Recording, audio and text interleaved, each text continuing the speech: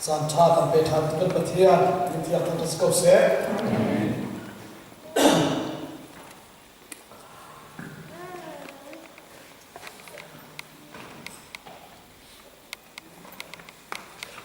utana kan chon mi base ka kalati kan la he hasuna kan pe than de la he kachin lawan wan kalati hi pol ni zentel nani zaitin da pathian he kan pe chu ji su fe he kai la thong zai ba tuklot na ta kan mu ti kha patak na in kalati asi bi se la chu chon na kalati kha base ka to cha khan za sa man to hi chu kan ni kan wa mu ti te pau kha ka te kan ni kalati dan nak zon te kam dan rel mi chu ke khan lak ta chan ko du mi te cho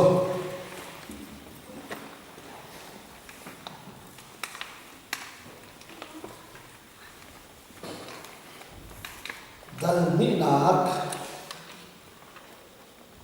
chang ni nak zon te kha chang thum gre lai ko hoi tai ta chu grip ni asi na ina ho man ni chu par tan an fial lo a cheu nan una ka siwe ai titar mi na kan bu chungi iphone ve mi ha bel ni tan se ti du hin ha ni kan bu chung a hin ha ni kan bu chung a thi ten arun mi an se an ni dot flat an du mi cho khi ji su he kan ni pe tek na thongin kan buk mi lot na thong kha asi kan ni chu sali sab chan kha kan du khi ji su he kan ni pe tek na thongin kan buk mi lot na aban ti bi te kha ni za na zai lot na asi ti mi kha zo han cha tial tu ha tial mi he kan pe ton lai tha suna kalati dal ti na in dal tu na kan za tha lai zo han dal jet nak chang som tu na chang dik na ka khan betak chu nan halai betak ni an lut tak ala pathian ni ko sa betak chu nan halai betak ni an lut tak ala ape ni cho betak chu nan halai betak ni an lut tak ala betak ni an lut tak ha chun nan lut tak ala ise le chuna kan chom bat tu tein zuda mi zen tel mi kha thao a thot lo cha kan chom mi chung kan chom pa kan pe than hai zuda mi na hi pathian de thi a thai na sa tu chi pathian mi bia ka na sa ni na an chi wo le chung kwa za ram ki pa pathian sun pa na va chung pe na akar tar tu ding a pathian a thi mi pun ba kan Abraham charin bia ka nai khoro ha ta pi am ta nai chu khoro ha pa chen tu chak thong tam pian ni bia ka nai ama de te khoro ha ro asin cho chu khu gen pa chen khoro ha nu ni pa chen de fi zo man thai prophet tam pi a kha mo na na in pa chen ni akam ta tu ni na ji su a pe na ta ka a thai khau mak lum ni pa chú khổ là học đó là gì? Tầm bị cái chim tiền là vậy, chú cho nó cái bệnh chẳng thể lại sao? Chú Giêsu Christ chú, vô đây anh em nhiều khăn, vô đây khắp tu cái sai á, cái chuyện khăn cái gì nặng còn khăn, mình nhận nó khổ là nó thì chẳng khổ hẳn đó, vì sao mà tôi học? Xin anh nói không thấy đâu đi,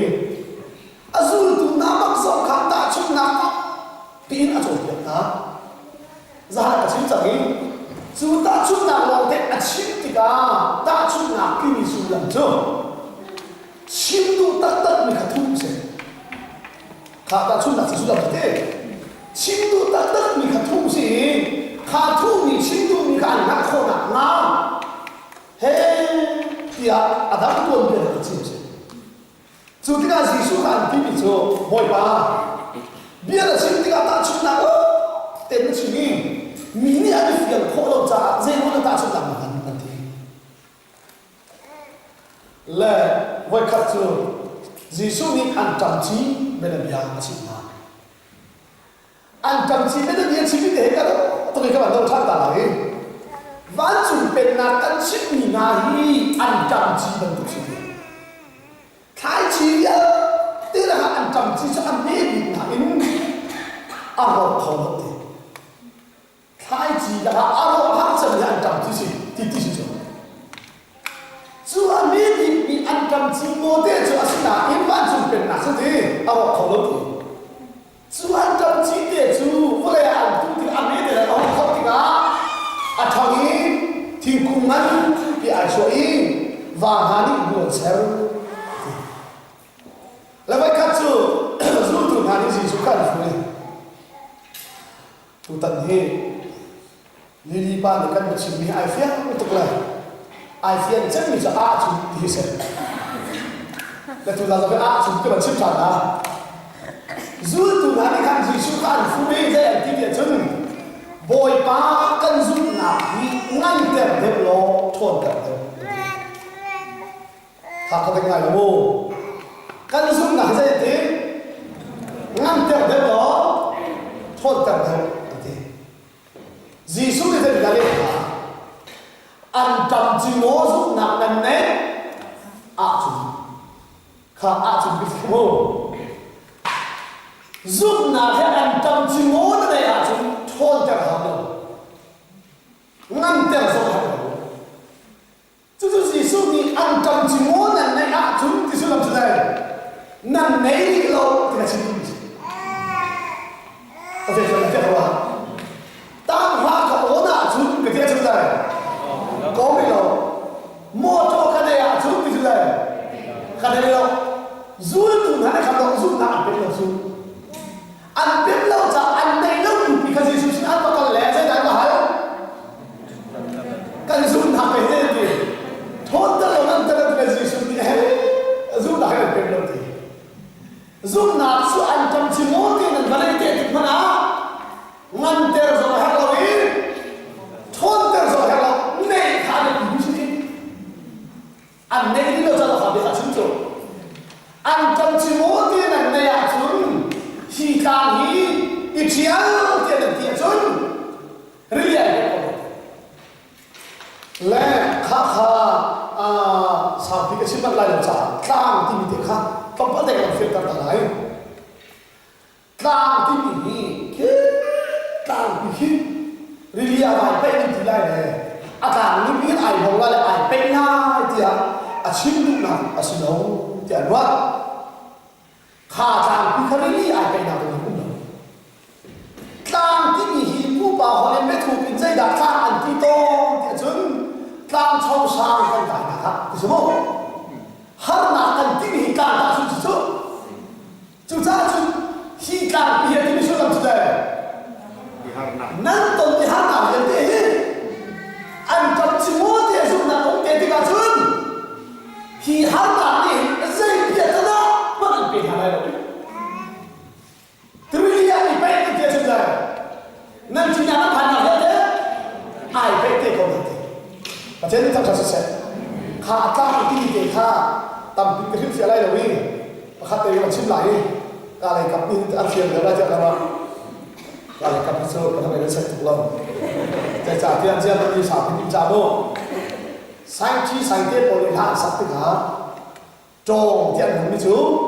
hàng nào chứ, sáng chi sáng nào trả cả này cái thằng này nó sẽ hàng rơi vào chưa, cả này cái sáng chi sáng nào thấy là cái gì vậy? Cô là họ làm kinh tế, dây hàng tí trang phim cho cái có sự tin tưởng, là rồi cô ăn giọt thì cả đi đâu cũng là trò đoán này đâu mà họ cũng ẩn tính, dù làm thế này thì các giọt đặc biệt các lỗ không thì này thôi, thì cái gì, dù việc trước là phim mà cái thằng nào, chứ gì giúp nào khi ăn cầm chỉ bố tên là mẹ thì cả chớn har na an tâm ni việc thế hi really ai bay na thế chúng ta ai biết thế này thế thì ta sẽ có sẽ chúng ta chúng ta ăn tâm chi ăn chi lo mà ăn phiền không thì mình ôi khát chú Giêsu khát là phú Giêsu để dạy tí địa chừng ha nan zul lam mang mi pa hi a hau ka si tia da mi ni an ka ti các bạn chim tu mi để cho bồ đi dạy thì khi he cái đi bé thay nạp thọ mình cần muốn đi luận nạp tu đâu chim tu mi chứ nan ka zul mi pa hi mi ni a hau ka si an ka ti ti a hau pakhan Elisa si an ti Jeremia si an ti prophet si an ti ke an chim namang Giêsu này mình dây à họ sẽ ăn cái gì áp lực nào đó thì nằm mang cái cung thùng khen thế đó cái chuyện gì không nằm mang cái chốn việc bị hai nằm thế cái gì không nằm mang cái à họ à xin ăn cái gì đó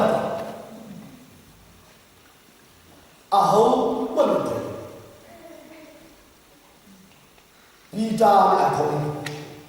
nằm chú anu ni pathian fapa Messiah Peter lo bang ni thei kaduk tuk mi te cho Giêsu ni Peter na hal na ki minum in aswa mu na sa hi be hi minum ni ha kho sa ki van le ni ka ba ni an ha ta ro ha na ka ba ni si cha hin van lên ăn termina si đi van thằng gì,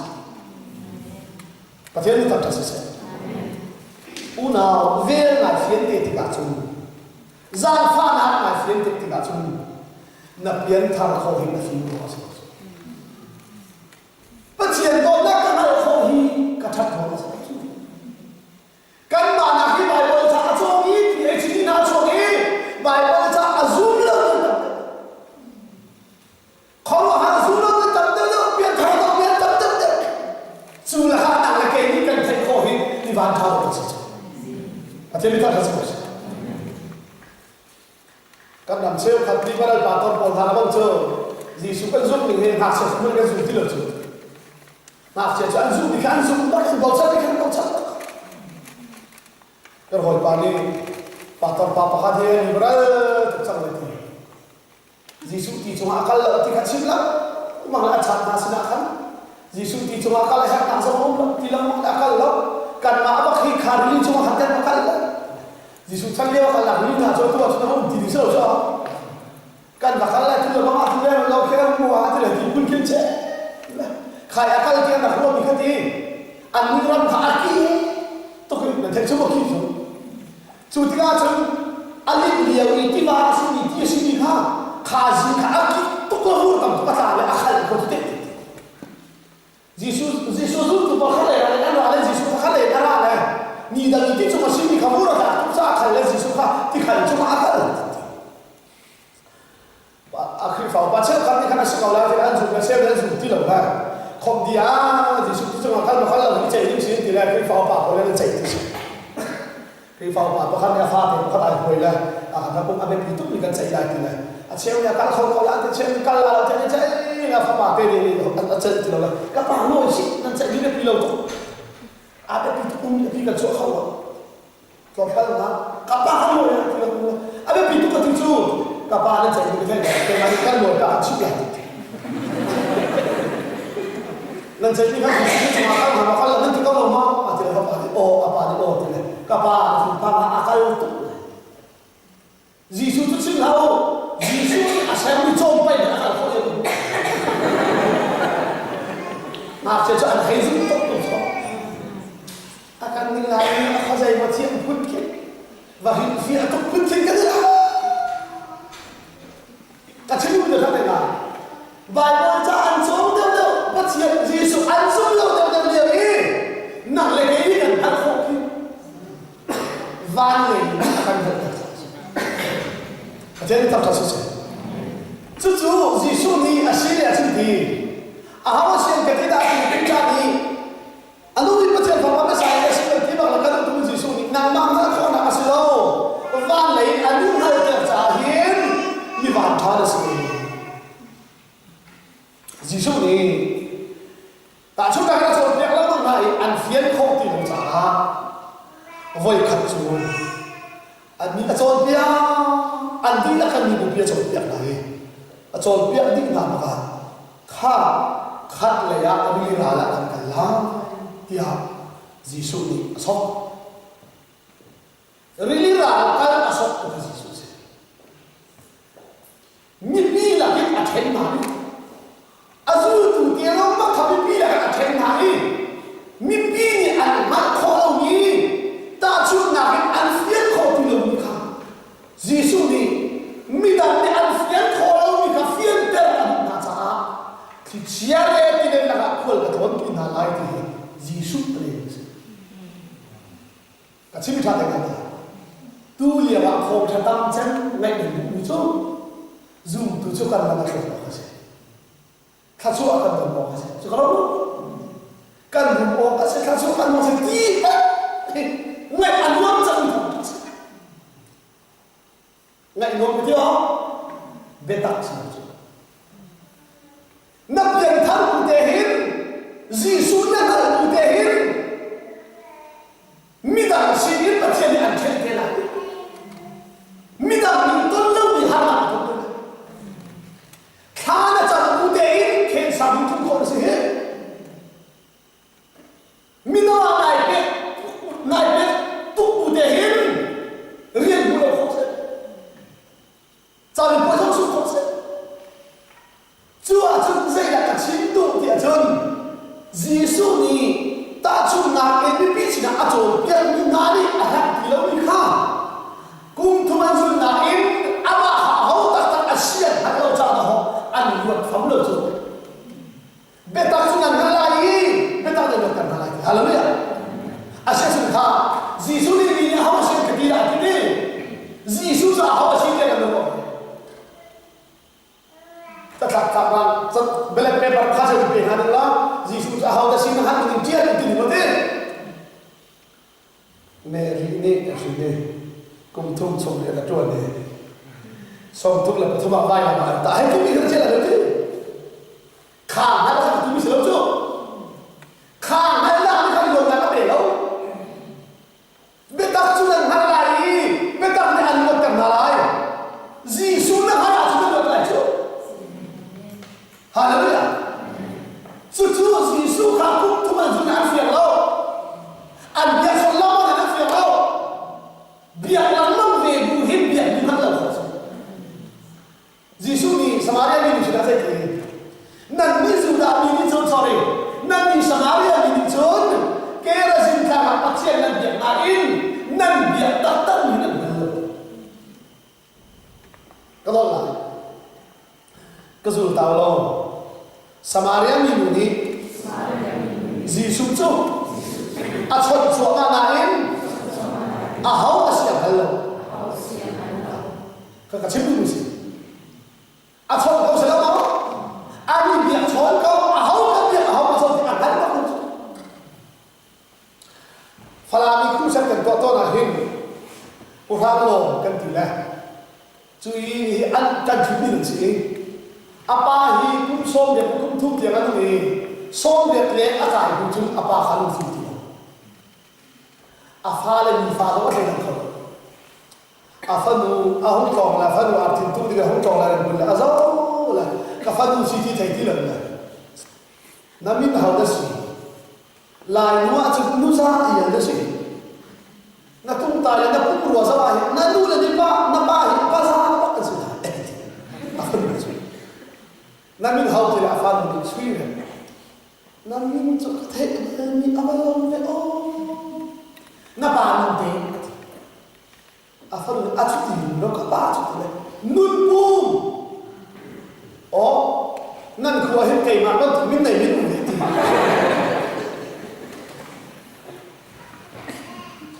a chot ko cha bi ko cha a ho ko cha de ka thai lo chu khi fa cũng ra khát chi le yo giờ bây giờ không làm đâu với không có chuyện cả biết đi với đâu biết mình sẽ làm đâu có gì nằm nào chúng ta được lại chỗ chúng nào chúng ta họ chỉ là làm được lại chỗ phá là làm được lại chỗ Giêsu cho áo là xí thì tội cái là sao không được hallelujah ha sia phải đi cặp bún khá lâu trong đi mò thì là khá rau sâu là gì thì là sia cho này phải đi và phải sia phải ale và phải năng làm mà tu là khác cả lâu thầy nói lâu yên trong nghe à thì này sia phải đi khác mà trong là amen thì này aku dah kaya kalau mau itu kau ada barang jual tu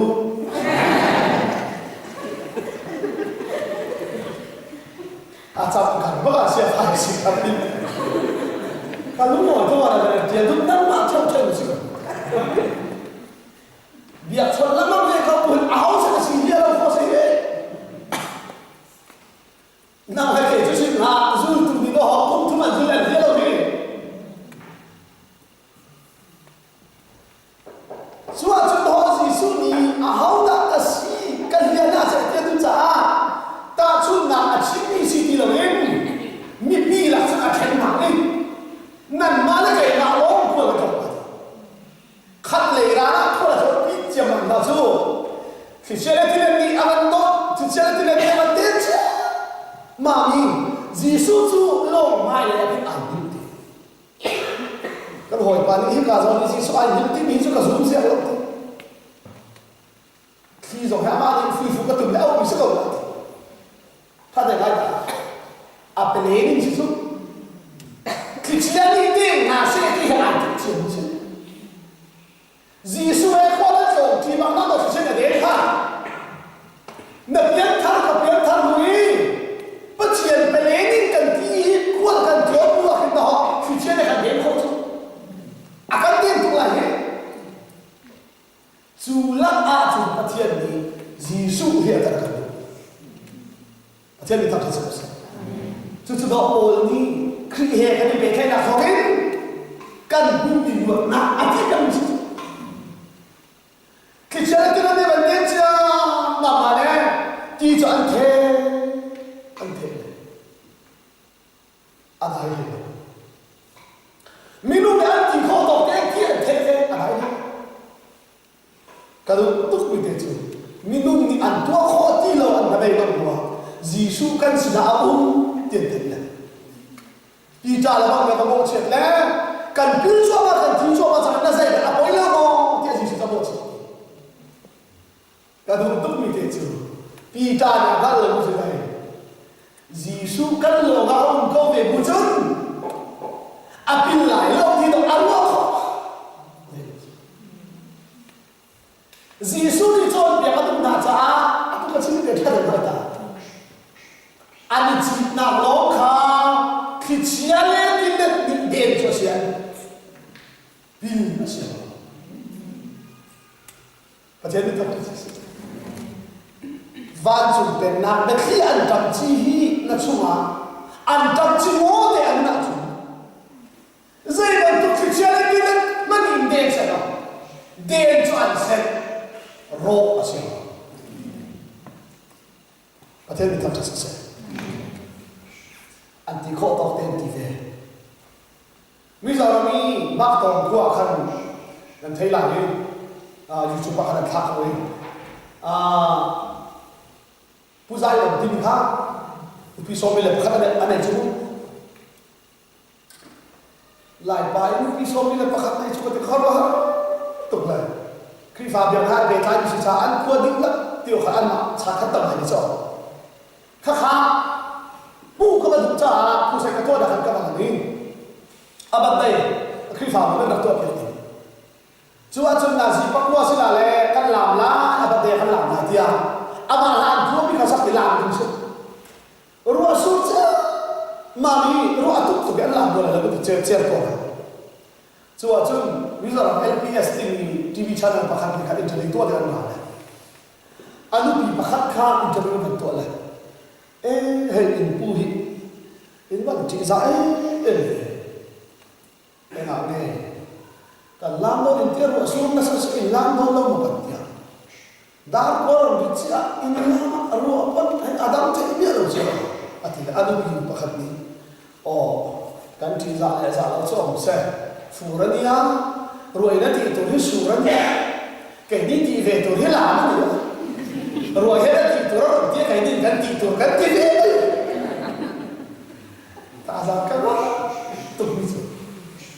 chia đi ăn tua đi một chút na tua đi ăn tua khác lại một chút ăn tua đi một chút ăn phiền lại na tua khổ lâu thì ăn thấy tua ăn phiền lại đâu không nào thì cần phiền lên mình sẽ lo cần tua khổ lâu thì ăn ai trả cần phiền lâu ăn tua việc chẳng qua hình ăn giúp việc lại đâu giúp cho cần biến gì chúng ta chúng ta bắt chiên thì ăn tí điều này đi đúng cái tí ăn tí không to để cái gì chứ ăn thế thì ở đây thì nó trả gì xuống trả là thằng ấy cái đúng biết được gì xuống thằng ấy cần biến đi nghĩ nó sẽ là bồi lâu mò ăn tí các bạn nói ta lại ăn thế lâu thì chú ama cần sự nào cơ một chút ăn đi lại lâu thì nó ăn thế Giêsu không tiền lại cái đó tụi mình chờ Giêsu đi ô nên hay gặp một lần hình thành đạo kể mà nên xin câu về một chút nên bị ám thế khi chia lại tiền cho cái đó tụi mình giờ không hiểu là đại hàng tiền hậu tiền đồ là tiền này khi chia lại tiền cho đại gì ở tiền này cái lại hồi cái đó tụi mình sẽ vào tầm thực tâm đến ta nghĩa là cũng là thì mình làm ăn này thế đâu là mình ảo pel hết giờ mà tôi không là đâu anh em mà cất nhiều nhất thì nó cũng tới cái ăn đấy cả đúng tụi mình chỉ số đi chơi lên thì chúng ta thì ăn đái cái đâu chứ đái gì gì thì chúng ta phải chơi được chúng ta phải attack mình cho phải đó nó phải hiểu cái này phải làm là cái này là Giêsu Christ là cái là chủ đạo mà thì mà khác thế Christ là cái là chủ ăn đà kẹp cái sao rồi thì không thì đâu ăn đà thì là kẹp phải làm bài cái này làm cái gì cho không Giêsu bác đi mua chú vườn cầu thì bác đi mua cho ăn vườn cầu ấy Giêsu này là apet vườn vào